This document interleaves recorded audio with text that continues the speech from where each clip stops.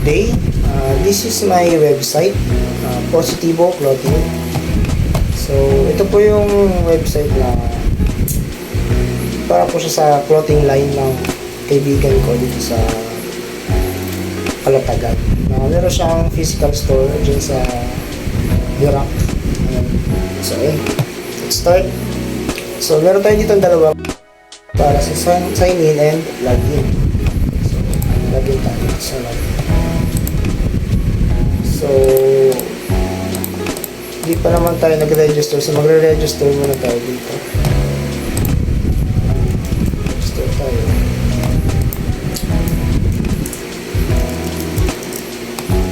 Address.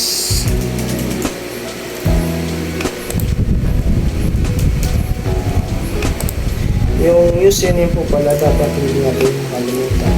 So, yun yung kailangan natin sa login.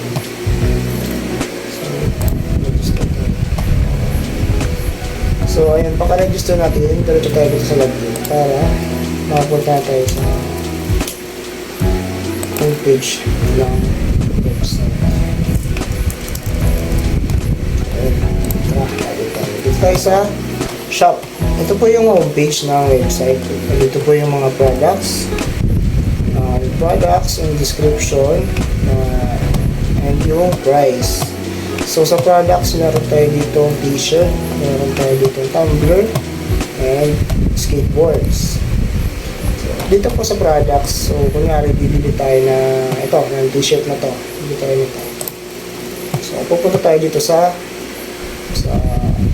cart na dito tayo mag-edit kung ilang pieces ba, kung apat, o kung anong size, kung XL ba, naman. And dito tayo mag-place order. So, diretso tayo dito sa homepage place order natin. So, bale, yung order na yun is mapupunta sa admin. So, punta natin yung mapa. So, dito sa mga products na to, yung mga label price, 650, 600. So, ito yung footer. Meron tayo dito footer na may logo ng Facebook tsaka Instagram. So, ito po yung logo na to. Nakalink mo siya sa mismong Facebook page ng clothing na to. And also, ito yung IG page ng clothing. So, dito tayo sa taas. Meron tayo dito tatlong button. Meron tayo shop, contacts, and about us. Yung shop po, dito po yan ang homepage. And yung contacts, meron dito information ng clothing shop. Meron tayo minimap kung saan nakalocate yung physical store, yung address, yung contact number, yung email account, and yung Facebook page. And dito po sa request and consultation, dito po yung mga gustong magpasadya ng mga designs na gusto nila, mga damit nila. Mag-fill out lang po sa atin ng full name, email, contact number para ma-contact sila, and yung description ng design na gusto nila. Dito po yan. Dito naman tayo sa About Us. Dito po sa About Us, meron tayo dito history or background ng Positivo Clothing line. So, meron tayo dito emblem.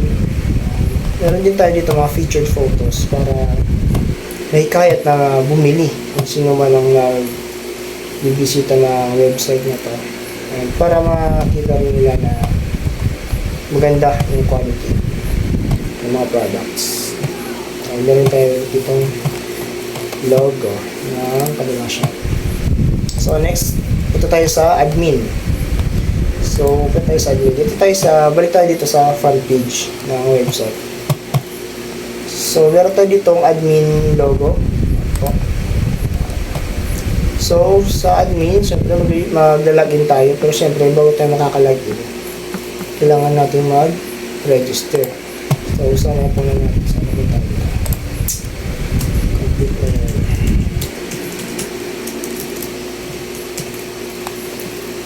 mobile number, username, password.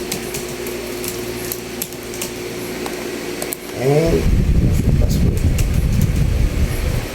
So, ayan, register tayo. Dito po, diretso tayo dito sa dashboard. So, meron tayo dito ng dashboard, products, order list, and log out. So, dito sa dashboard, meron tayo dito total products, total orders, and total revenue.